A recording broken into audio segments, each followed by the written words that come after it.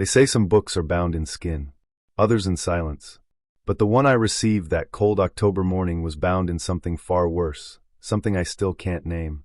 It arrived without warning, no return address, sealed in wax as black as burnt bone. The parcel was thick, rectangular, and strangely warm to the touch, as if it had just been plucked from a fire. I didn't open it right away. I sat with it for hours, just staring, feeling the weight of it in my hands like a live heart that had forgotten how to beat. I'm Arnold Wexley. I work in the restricted archives of the Prague National Library of the Occult. My job is to translate things most people would never dare read. Manuscripts cursed by forgotten monks, grimoires whispered through dreams, languages that twist reality at the edge of grammar. I've seen ink that bleeds and heard words that echo before they're spoken. And yet, nothing had ever made me hesitate like this box. Eventually, I took it down into the basement. My workspace. No windows. Thick stone walls. One desk. One chair. Surrounded by towers of forbidden texts that smelled of mildew, blood, and centuries-old dust. The wax seal bore a symbol I recognized, a broken halo wrapped in thorns. Vatican insignia for do not read aloud. I broke it anyway. Inside was a book unlike anything I'd ever seen. Thick, gray parchment. No title on the cover. The leather felt wrong. Not rough like cowhide, but soft and cold like lips. And there was a smell, not of rot, not of age, but of wet soil, the kind you dig up in graveyards. A single note was tucked inside. Arnold Wexley, you are the last living translator of the prime glyph. This book is not mute. Do not answer when it speaks. No signature. Just an inked smudge at the bottom that pulsed slightly under the dim yellow light of my desk lamp. I should have reported it. Should have sent it back. But the truth is, I was already hooked. Not because I wanted to know what it said, but because I wanted to know if it knew my name. The first page was blank. So was the second. But on the third, a line appeared in crimson ink, even as I stared. Welcome, Arnold. We remember your voice. I dropped the book. Stumbled back, knocking over my chair. My heart slammed against my ribs like it wanted to escape. I looked around the room, as if someone might be hiding in the shadows, laughing. But I was alone. Or, I had been. I picked up the book again. The page was clean now. White as bone. The line was gone. I touched the paper. It was dry. Too dry. It resisted my fingertips like it was trying to avoid being touched.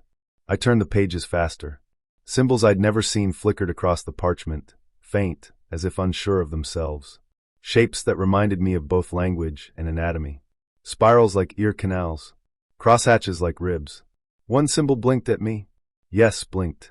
I closed the book. Pressed my hands against it. Waited. Nothing. But the silence felt wrong. Not empty, but listening. I checked the package again. Something I hadn't noticed before. At the bottom, scrawled in tiny Latin script, Inversus Codex. Scriptum vivens. The reverse codex. The living script. And that's when I heard it, the first sound. A soft scratching. Like a quill against parchment. But I wasn't writing. And neither were my hands. I held my breath. The sound was coming from inside the book. Not under it. Not around it. Inside. And that's how it began. With a gift I didn't ask for. A voice I didn't want to hear. And a story that, once read, can never be unread. I should have burned it that night. But some books don't burn. Some books burn you. The cellar beneath the library always smelled like old wood and colder secrets. That night, the smell was sharper, damp parchment, candle wax, and something metallic that lingered at the back of my throat. I brought the Codex Inversus to my desk, wrapped still in that strange black cloth. It was heavier than it looked and warm. That detail unsettled me more than I care to admit. I lit a small circle of candles around the translation space. Not because I believed it offered protection, but because routine gave me control. I was used to rituals. This one just felt more necessary. I unwrapped the book. The cover was a deep maroon, almost black, with no title. Its surface was leathery, veined like skin. In the center was a symbol that looked like a thorny spiral, etched deep. I touched it, and I swear, just for a second, it pulsed under my fingers. Like a slow heartbeat. I opened to the first page. No table of contents. No dedication. Just lines of text written in an archaic script that bled from one language to another, Latin, Aramaic, something older, something I couldn't name. I took a deep breath and pulled out my notebook. Page 1.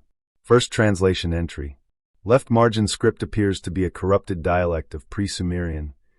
Character forms resemble Enochian, but not identical. Possibly a hybrid. I copied the symbols slowly, carefully, and began the initial phonetic decoding. That was when I noticed something odd. The ink shimmered slightly as I wrote it down, as if reacting, as if watching. I shook the thought off and kept working. By midnight, I had 6 lines translated, but something felt wrong. I reread the second sentence aloud. Through syllables shaped from the void, the gate cracks. The air around me changed. Heavier. Still. The candle nearest me flickered and went out with a hiss, though there was no draft. I looked up. The next line in the grimoire had changed. No, the letters were different than before. Rearranged. Not a new sentence, just rewritten. I flipped back to check my notes. What I had written no longer matched the current line on the page. I froze. That's not how this works. Ink doesn't move. Not in books. Not in this world. I leaned closer, heart thumping. The new line read, "You read me, I read you." My mouth went dry. My mind told me I was hallucinating. Overworked. Dehydrated. But another part of me, the part that still remembered my sister's scream all those years ago when she first touched a cursed scroll, knew better. I didn't sleep that night. Instead, I kept translating. I told myself I was being rational, that I had made a mistake in the earlier line, and I just didn't notice. But I couldn't ignore the other changes. When I looked away from the page, the letters sometimes danced at the edge of my vision. My pen scribbled on its own once, just for a second, but enough to scrawl the word "listen" across my notebook, diagonally like a scream. At 3:14 a.m., my alarm beeped from my phone. I hadn't set it. The screen showed a single message on the lock screen. "He's watching you read it." No number. No sender. Just those words. And then the phone shut off completely, refusing to power back on. I looked down at the codex. The page had turned itself. And at the bottom of the next line, written in the same ancient script, were 3 words. Translated, they meant, "Welcome back, Arnold." My hands trembled. I didn't remember telling anyone I had started the translation again. Not even the head curator. The candles around me flickered in unison. And from somewhere, inside the walls, maybe the ceiling, I heard a slow, deliberate scratching. Not like rats. No skittering. Just one sound. Writing. Something, or someone copying me. Word for word. But backward. I didn't expect anyone to knock on my door at 2:17 a.m. Not in my line of work. At first, I thought it was the wind. Then came the second knock, measured, calm, as if whoever was outside had all the time in the world. I stood there for a moment, holding my breath. The only light in the room came from the reading lamp, which still shone on the open codex. I covered it with a black cloth before answering the door. When I opened it, a familiar face greeted me. Older now, with deeper creases beneath the eyes and a scar near the temple I didn't remember from before. "Malek," I said. He gave a half-smile, though his eyes were heavy with something, worry, maybe grief. His priest collar peeked through his coat, though the coat itself looked like it had been slept in. "Can I come in?" he asked. "It's cold, and I don't want to talk in the hallway." I stepped aside. He walked in slowly, scanning the room the way a man might look over a battlefield. He didn't sit until I offered him the chair across from my desk. "You're not easy to find," he said. "You changed numbers. Left the university. Vanished." "Not vanished," I replied. "Just redirected." He looked down at his hands, fingers twitching. "I had to see you," he said. "Because of the book." Those words made my stomach clench. I said nothing. Malek leaned forward. "You opened it, didn't you?" I didn't answer. Not right away. I wanted to lie, but what was the point? He wouldn't have come unless he already knew. "Yes," I said. "I've started the translation. It's responding." "God help you," he whispered. "You have no idea what that thing is." "I know exactly what it is," I replied. "It's a composite grimoire, drawn from Syriac, Aramaic, Proto-Latin." "No," he interrupted. "It's not just a book. It's an invitation." I looked at him, confused. An invitation to what? To speak with something that shouldn't exist. To wake it. His voice cracked on the last word. I sat back, watching him. Malek had always been dramatic, always the one to see demons in shadows and evil in old ink. That's why the church loved him. That's why I left. But tonight, something felt different. His fear wasn't performative. It was genuine. He reached into his coat and placed a folded letter on my desk. I didn't touch it.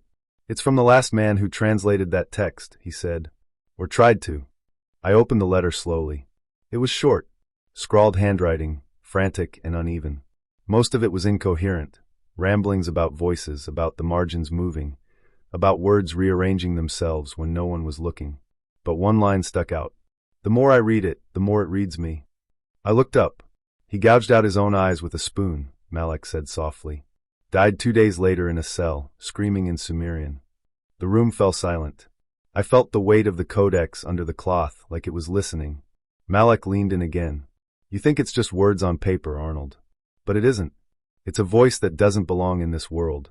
Once you hear it fully, you can't unhear it. It's not made for our kind. I could hear the anger rising in my voice, but I kept it steady. I have to finish it, I said. I have to know what it says. Malek stared at me for a long moment. Then his expression softened, and he whispered something that made the hairs on the back of my neck stand up. It's how she ended up like that, isn't it? He was talking about my sister. I didn't respond. He stood up, slowly, his coat dragging across the floor. Walk away from this, before it starts speaking in your voice. And then he left. I didn't sleep that night. I sat at my desk, staring at the cloth-covered codex, the words from the letter looping in my mind. The more I read it, the more it reads me. And somewhere in the quiet, I thought I heard something, a dry whisper beneath the floorboards.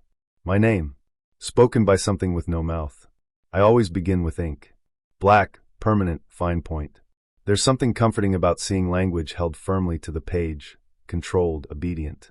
But tonight, as I sat at my desk with the codex and versus open before me, the ink began to feel like a joke. A desperate attempt to bind something that didn't want to be bound. The margins were where I always made my notes. Small translations, word roots, corrections, little whispers of my own thoughts beside the thunder of the ancient text. But this time the margins spoke back. It began simply enough. On the left page, I had carefully written, unknown symbol resembles Kalam in Old Akkadian, meaning to devour. A few minutes passed as I stared into the next block of symbols, trying to catch patterns. Then something odd tugged at my attention. I blinked. Looked back.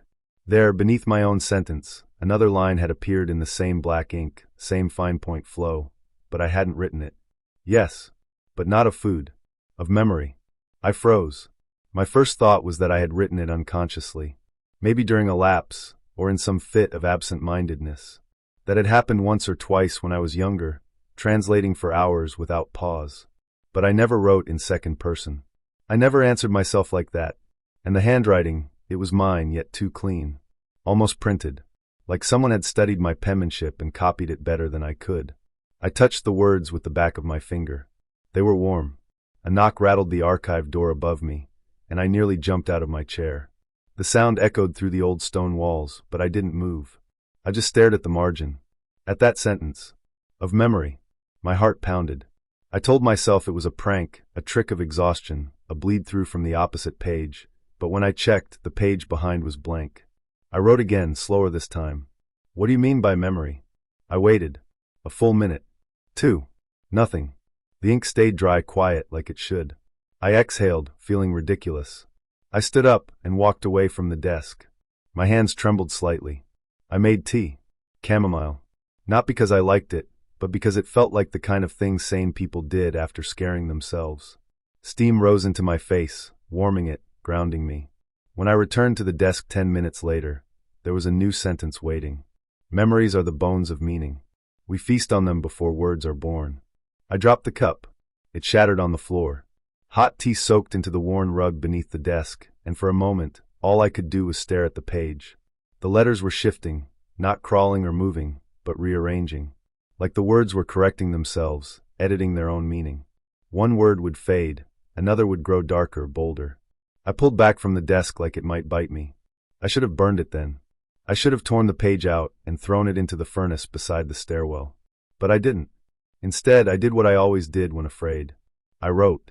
Who are you? The response came almost instantly. This time, not just in the margin, but flowing beneath the lines of the original grimoire like a creeping root. You've already said my name, Arnold. That's how this begins. I stepped away from the book, hands in the air like I'd touched a live wire. I didn't remember saying any name. Not aloud. Not even in thought. But the codex knew me. It knew me. My heart thundered. I felt dizzy. The room tilted slightly to the left. Then a low sound reached my ears. Scratching. Soft. Rhythmic. Like a quill across parchment. But the sound wasn't coming from my pen or the page. It was coming from inside the walls. I grabbed my coat, backed up the narrow stairs, and shut the heavy wooden door behind me. I didn't lock it. What good would a lock do against a book that could write back? I didn't sleep that night. I sat on the library roof, watching the fog roll in over the city.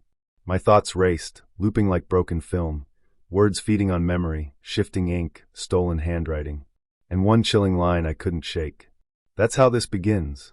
Then the terrible realization. If this was the beginning, what came next? The cold that night had teeth.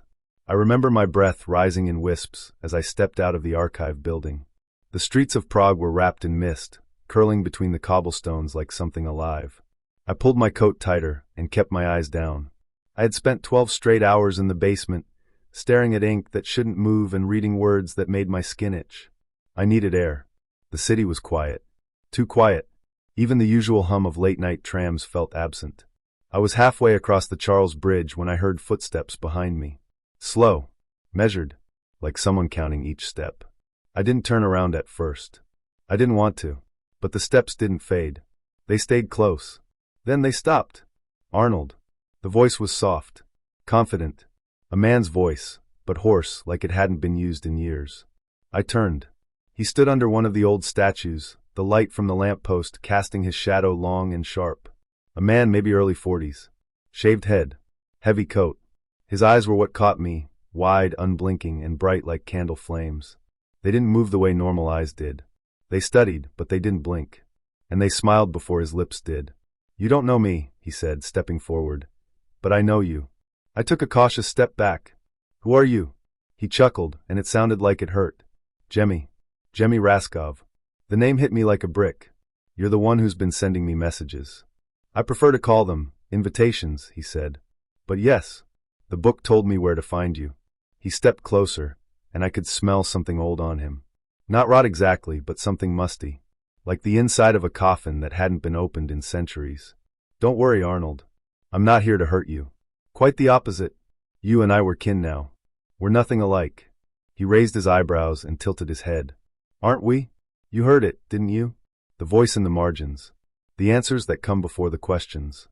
I didn't respond. He saw it on my face. "I know," he whispered. "It started with dreams for me, too." Then came the words I couldn't stop hearing. "It's not madness, Arnold. It's revelation. You're sick." "No," he said, almost laughing. "I'm awake." He pulled something from his coat, a fragment of a page, torn from a different book. Symbols inked in deep red, too sharp to be natural. "This is from the tongue before time. The first language.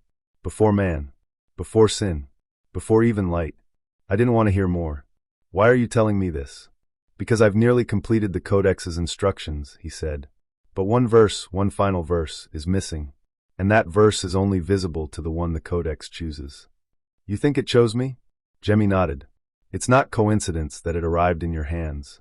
It's not chance that you, of all people, can hear it." His eyes suddenly looked sad. "You want your sister back, don't you?" My stomach turned cold. He knew. "I saw her," he said softly. "Trapped. Screaming without sound. That's what happens when you interrupt the tongue. When you try to silence it." I clenched my fists. "You leave her out of this." "I'm trying to bring her into it," he whispered. "Finish the translation, Arnold. Open the final page. You'll see." "No. You will," he said, backing away. "Because the book is writing you now. Even as we speak." I looked down at my hands. They were trembling. "Let me offer you a truth," he called out, stepping into the mist. "The Codex doesn't want to be read. It wants to be spoken. And once it is, this world will no longer be a prison. It will be a tongue. A living, breathing tongue. And we will be its first words." Then he was gone. The mist swallowed him like he had never existed. And as I stood there, heart pounding, I realized something awful. I wasn't afraid of him. I was afraid of how much I understood. I don't remember falling asleep at my desk. One moment I was translating a passage from the Codex, something about the third veil of silence that guards the womb of tongues. And the next, I was jolting awake, my face stuck to a page, the taste of copper in my mouth. The light above me flickered. It always flickered down here, but this time it felt deliberate, like the bulb was holding its breath. I straightened up and looked at the manuscript. My notes were there, written in my own careful script, but there were additions. New symbols. New words. They weren't mine. Some were scrawled in the margins, others neatly between lines, fitting perfectly into the sentence structure. I would have thought I did it myself, maybe in a trance. But these were written in ink I didn't own, a deep, oily black with a strange shimmer. When I tilted the page, it almost looked wet. I touched one of the new symbols. It pulsed. Not metaphorically. It moved like something alive was beneath the paper. I yanked my hand back. That's when I noticed the sound. A slow, rhythmic drip. I stood, following it around the desk. The source wasn't the ceiling or a leak. It was the book. The codex in versus was bleeding. Thick black ink oozed from between the pages, dripping onto the stone floor in perfect intervals, as if marking time. I flipped the book open and found the source. Page 66. A symbol had been crudely slashed through, as if someone, maybe me, maybe the book itself, had tried to censor it. I grabbed the nearest cloth and tried to wipe the ink away. It didn't smear, it clung to the fabric, hissing faintly, then spread like oil across the desk. The air filled with the sharp stench of burned feathers. Suddenly, the lights went out. Total darkness swallowed the room. My breathing was the only sound, uneven and quick. I reached for the lantern I kept nearby, fumbling with the old crank until it flickered to life. The room seemed unchanged, but then I saw it. Writing. Not on the book this time, but on the walls. Dozens of phrases written in the same black ink, looping in jagged spirals. They hadn't been there before. My own handwriting, but not my thoughts. The book is reading you. What was erased is returning. You opened the seventh tongue, Arnold. My mouth went dry. I stepped back, heart pounding. Something was very, very wrong. I rushed to Father Malek's office upstairs. He had been the only one who believed me when I first told him the book was changing. He'd warned me not to read aloud. He'd even left me a silver crucifix, just in case. I'd laughed when he gave it to me. I wasn't laughing now. The door to his office was open. Papers were scattered across the floor. His desk was overturned. Books were torn from the shelves, many of them burned along the edges. But it was what was on the walls that made my legs nearly give out. More writing. Latin, twisted and reversed, looped back into itself. I saw glyphs that matched the codex etched deep into the wood panels, like fingernails had carved them. On the far wall, above a torn painting of Saint Michael, were the words. He tried to silence the word. The word silenced him. There was no blood, no body, just absence. I backed away, heart pounding in my throat. My thoughts were scattered, frantic. Had the book done this? Had I done this? A sudden pressure hit my ears, like I was underwater. I dropped to my knees, clutching my head. Then I heard the whisper, clear, cold, intimate. You cannot edit me. The voice came from inside my skull, curling around my thoughts like smoke. I gasped, scrambling out of the office and down the corridor. Behind me, I swear I heard pages turning, though no one else was there. I locked myself in my chamber and stared at the codex. It sat silently, as if none of it had happened. But it waited. It always waited. Later that night, as I tried to sleep, I glanced at the wall beside my bed. There, in fresh ink, was a message written in my own handwriting. You're doing well. Don't stop now. And beneath it, a word I hadn't yet translated, pulsing faintly. Living. Watching. Waiting. I didn't sleep that night. I couldn't. Every time I closed my eyes, the letters from the codex floated behind my eyelids, shifting, burning, breathing. I sat in the corner of my apartment, the manuscript lying on the desk like a sleeping animal, too afraid to turn my back on it.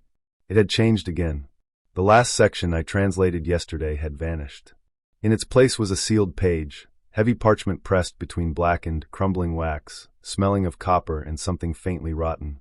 The title above it read in blood-dark ink, The Unwritten Tongue. I stared at it for hours, my hands trembling just inches above the page. My instincts screamed not to break the seal. Every part of me knew something final waited behind that wax. But the voice in the back of my head, the one that always sounded like my sister, Eleanor, kept whispering, "What if this is the key?" So I broke the seal.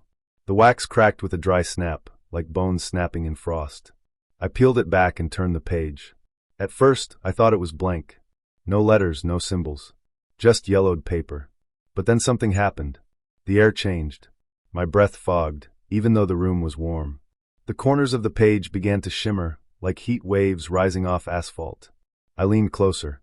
My reflection in the window behind the desk shimmered too, and smiled, though I hadn't moved. Then I saw it. Tiny lines, nearly invisible, began to carve themselves into the page. Not written, etched. As if the parchment itself was being cut from the inside. The symbols that emerged weren't like the others. These were crude, jagged, ugly, as if the language itself had gone mad. They bled at the edges. Some twitched. I should have looked away. Should have stopped. Instead, I read them aloud. The moment the first syllable left my lips, the lights in my apartment flickered and died. The shadows seemed to bend toward me. Not fall, but reach. My mouth kept moving on its own, lips forming words I didn't know, but understood. Then everything collapsed. The room spun like the ground had torn loose. The walls melted into streaks of ink and ash. I was falling without moving.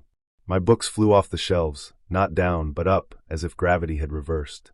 The only thing that stayed still was the codex. It hovered in the air, pages turning rapidly on their own, faster and faster until the sound became a roar. And then silence. Complete, perfect silence. I was still sitting at the desk. Except I wasn't. Everything was wrong. The walls of my apartment were now smooth black stone, etched with glowing red glyphs. My desk was gone. The floor pulsed like flesh. I tried to scream, but the air was thick like syrup, and the sound caught in my throat. Then a voice spoke, not in my ears, but directly into my mind. Translator, you have opened what was never meant to be written. The tongue that breathes. The tongue that sees.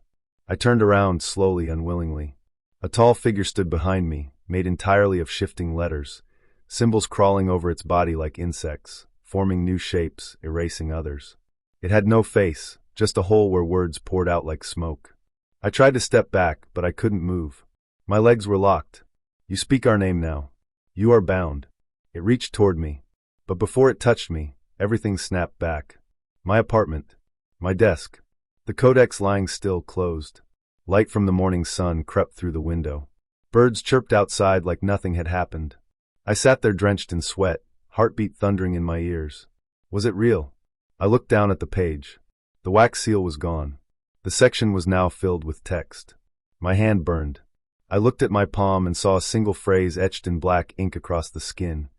Words I hadn't written, yet knew by heart. He waits beneath, behind the veil of vowels. Speak again, and the gate shall open. I stared at it, unable to breathe. I thought I was translating the codex. But now, it was translating me. The stairs groaned under my boots as I descended into the catacombs. The air grew colder with every step, heavy with dampness and the smell of stone that hadn't seen light in centuries. My lantern flickered, casting long shadows that danced along the cracked brick walls. Behind me, the surface world was disappearing, swallowed by silence and soil. Ahead, only the book and the whispers it had planted in my mind. I clutched the codex tightly. It felt warmer now, pulsing faintly like a heartbeat.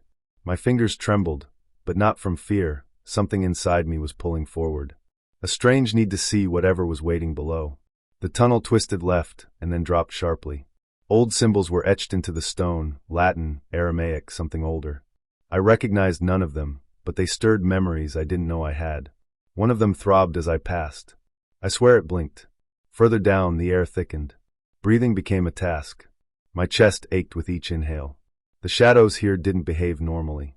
Some clung to the ceiling, motionless like spiderwebs. Others moved ahead of me, as if guiding my way. I reached a narrow archway, barely tall enough to crawl through. Painted above it in red was a phrase in the first tongue. I couldn't read it, but the meaning came through all the same. What enters forgets its name. I hesitated. My name. My voice. What else would I lose? But I bent low and passed through. The space beyond opened into a massive underground chamber, too vast to make sense this deep beneath the city. The ceiling disappeared into blackness. Pillars, cracked and covered in strange runes, held up nothing. Torches burned along the walls, though I had lit none. The flames hissed, throwing out red light, but no heat. It was a cathedral, but not one built for worship. Bones were stacked into altars. Pew-like benches carved from gravestones lined the walls. And at the far end, where a pulpit would be, stood a giant door, black, jagged, and humming. The surface of it was etched with symbols that writhed when I looked directly at them. But that wasn't what made me freeze. It was the people. At least a dozen of them, maybe more, knelt around the door in a circle. Some whispered to themselves. Others rocked back and forth, eyes shut tight, lips moving in silence. They wore robes soaked in something dark. One of them was mumbling in a loop, his voice raw, skin flaking from his cheeks. His eyes were sewn shut. I stepped closer. That's when I saw her. A woman, no older than me, had been chained to a pillar. Her mouth hung open, but no sound came out. Instead, words crawled across her skin, alive, twisting, sinking into her flesh like parasites. Every time she blinked, more words etched into her eyelids. And yet, she stared at me, begging. "Help," she mouthed. A groan echoed through the cathedral, a vibration more than sound. The robed figures lifted their heads in unison. Then they turned toward the door, and he stepped out. Jemmy. His robes were crimson, stitched with teeth. He walked barefoot across the stone, yet made no sound. His face was pale, eyes ringed with black veins, smile wide and unnatural. "Arnold," he said softly, like we were old friends meeting for coffee. "You made it." I wanted to speak, but my throat tightened. The codex pulsed harder in my hand. He raised a finger to his lips. "Shh. They're listening." I looked behind me.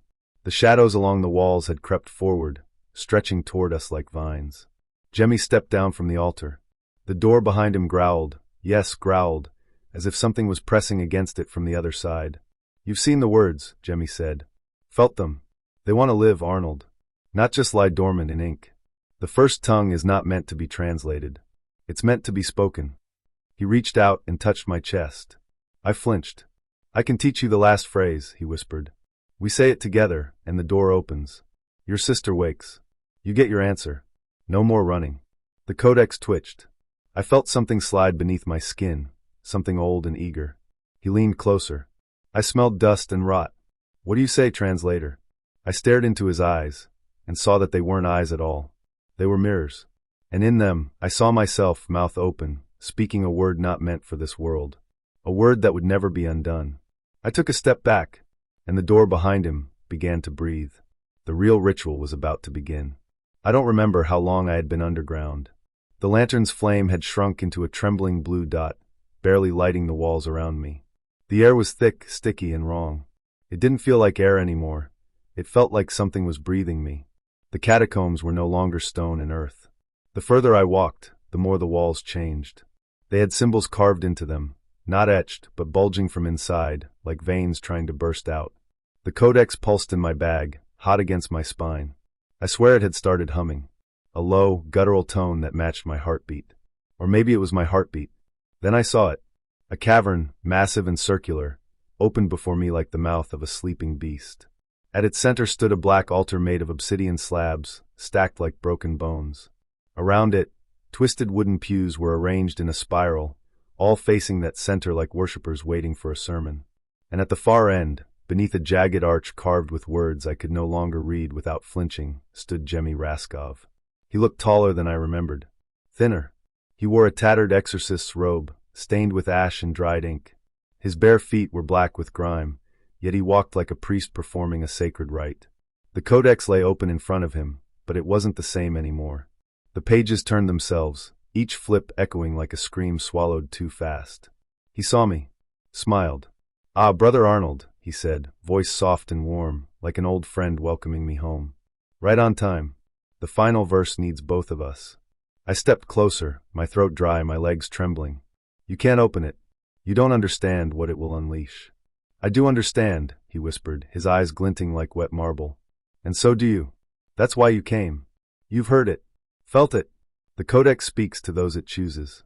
And it chose us." He walked down from the altar and stopped a few feet in front of me. I could smell his breath. It was like ink and mold, like words rotting in a wet library. "You've been fighting it," he said. "But it's not meant to be fought. It's a gift. A key to open the locked world." "I didn't ask for this key," I said. "I didn't ask for any of this." "You did," he replied gently. "The moment you picked up a pen and tried to make sense of chaos. The moment you believed understanding could protect you." He turned and gestured toward the black altar. "Help me finish the phrase. The final syllables require two voices. One to read, one to receive. And when the gate opens, your sister walks free." My heart clenched. "How do you know about her?" He smiled again. "She's been speaking to me, Arnold. In her sleep. In the old tongue. She's part of the chorus now." I felt rage and panic swell in me, choking my words. I pulled the codex from my bag. Its cover was hot and trembling, like a heart just before arrest. "I'm not letting you finish this," I said. You don't know what this language does. It doesn't describe, it creates. It doesn't open doors, it replaces them. You say that like it's a bad thing, Jemmy whispered, stepping back to the altar. This world is a lie built from weak words. I will tear it down and write a better one. He raised his arms. The codex's pages began flipping faster, faster, until they stopped. The final page. Empty. Jemmy inhaled sharply, eyes rolling into the back of his head. And then he spoke. It wasn't speech. It was sound made wrong. A sound that bent the air and cracked the space around us. My ears bled. My knees buckled. The very letters from the codex peeled off the page and floated, glowing, writhing like worms made of thought. I clutched my own copy. Somewhere in my mind, I knew what had to be done. I had seen it in the dream. The counterphrase. It was buried between lines, scrawled in ink only visible through fear. Jemmy screamed the second syllable. A split tore across the cavern's ceiling, black lightning dancing across the stone. Reality trembled. And then, trembling, eyes wide, I began to speak. My voice shook, but the codex steadied my hand. The symbols rose from the page and gathered around me like armor. Jemmy turned, surprised. No, you don't know the rest. I don't have to, I said. It knows me. I spoke the third syllable. And the walls cracked. Something screamed, not in fear but in frustration. The letters around Jemmy turned against him. The symbols he had summoned crawled up his body like insects made of burning scripture. He shrieked and tried to complete the chant, but his mouth filled with ink. He fell to his knees, then to his side. The codex turned to ash in my hands, but my mouth kept moving. Words still came, and in that moment I realized something awful. I wasn't reading the book anymore. I was finishing it. The air tasted like ash. I stepped into the final chamber, the grimoire heavy in my hands. Not because of its weight, but because of the pressure inside it, as if something ancient, buried deep within, knew this was the moment it had waited for. The room wasn't carved. It wasn't built. It grew, bones of stone arching into rib-like ceilings, the walls pulsing slightly like lungs breathing beneath the earth. Candles hung from chains, burning with blue flames that didn't flicker. And there he was, Jemmy. He stood before the black door, his back to me. It wasn't just a door. It was like a crack in the world itself. Ink-like veins crawled around it, twisting in and out of the rock. Carved symbols moved slowly across its surface, squirming as if alive. Jemmy turned. His face wasn't angry or mad, it was peaceful. Like a priest at the altar. His eyes glowed faintly, not with light, but with meaning. He looked written, not born. You made it, he said, smiling. The codex knew you would. I didn't answer. My mouth was dry. I could barely breathe. He stepped aside, motioning to the door. This is the mouth of the origin tongue. The first voice. When we speak it fully, the world will remember what it was before words divided it. You're insane, I whispered. You don't know what you're unleashing. Don't I? He raised the codex he held, his own copy, soaked in red wax and stitched leather. I've seen it, Arnold. Beyond the veil.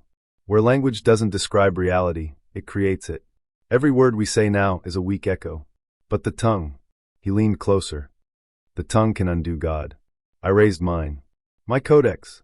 The original. The only one that still bled. Jemmy laughed softly. Then let's speak, translator. He began chanting. The first word he spoke cracked the floor. Not like an earthquake. No, it rearranged the stone, turned it into letters, symbols.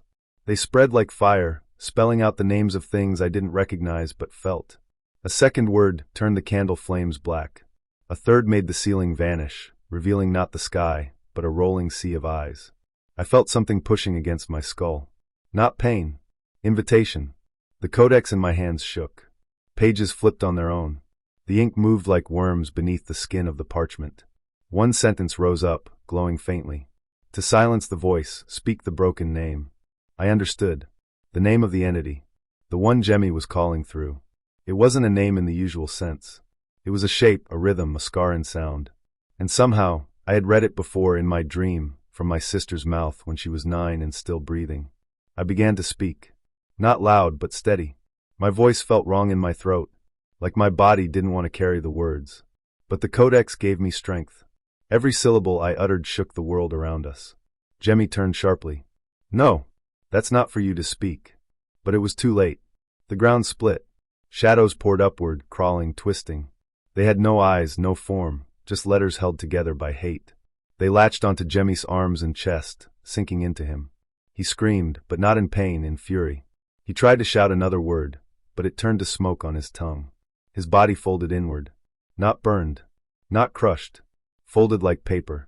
Collapsing into unreadable symbols, then vanishing into the floor as if he had never existed.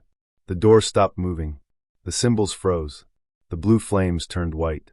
The codex in my hands burned, not with fire, but with light, and exploded into ash.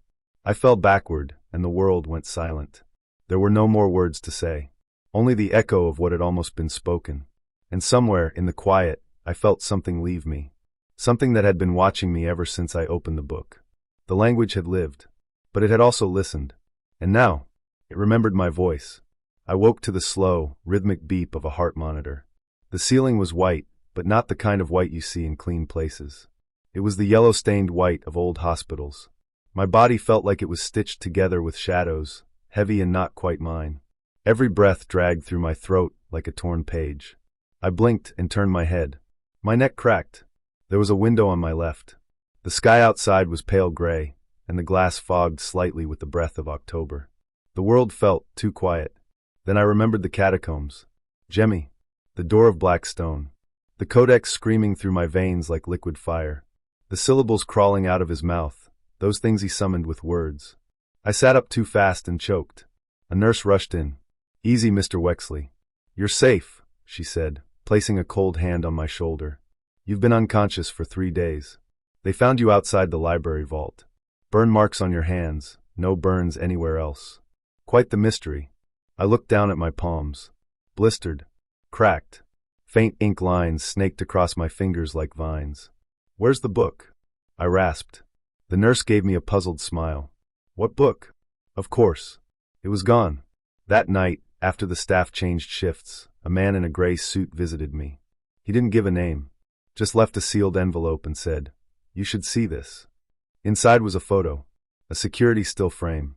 Me covered in dust, barefoot, eyes rolled back, standing in the restricted vault hallway, writing something on the stone wall with a broken piece of metal.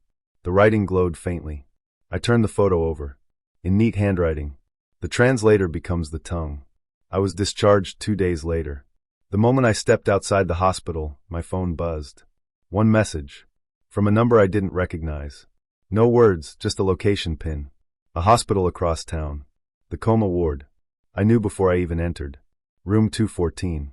My sister's room. For 10 years she had been still, trapped somewhere between this world and whatever place the codex once came from. But now she was awake. She sat up when I walked in. Her eyes met mine. No emotion. No joy. Just stillness, like she was listening to something behind my words. "Arnold," she whispered. Her voice was dry and cracked, but I heard it clearly. Then she said something else, 3 words, in that cursed language. I felt the floor tilt beneath me. My vision blurred. It was the same phrase that had burned itself into my memory. The one Jemmy died trying to speak fully. The one the codex screamed as it opened that black door. I backed away. Nurses came rushing in. I didn't answer their questions. I couldn't. Because deep inside me, in the place where my thoughts used to be, I felt something shifting, like a door creaking open. That night I returned to the archives. The vault was cold. Empty. Burned walls. No codex. But one thing remained. A fresh manuscript. Blank pages, leather binding, untouched by fire. I opened it slowly. On the first page, new ink was beginning to form, curling into the shape of a letter. Then another. Then a word. I stared at it for a long time. It was my handwriting. And I wasn't holding a pen. I don't sleep anymore. I don't dream. I listen. Because I know the book is still writing. Through me. And every word is a door. And some doors should never open.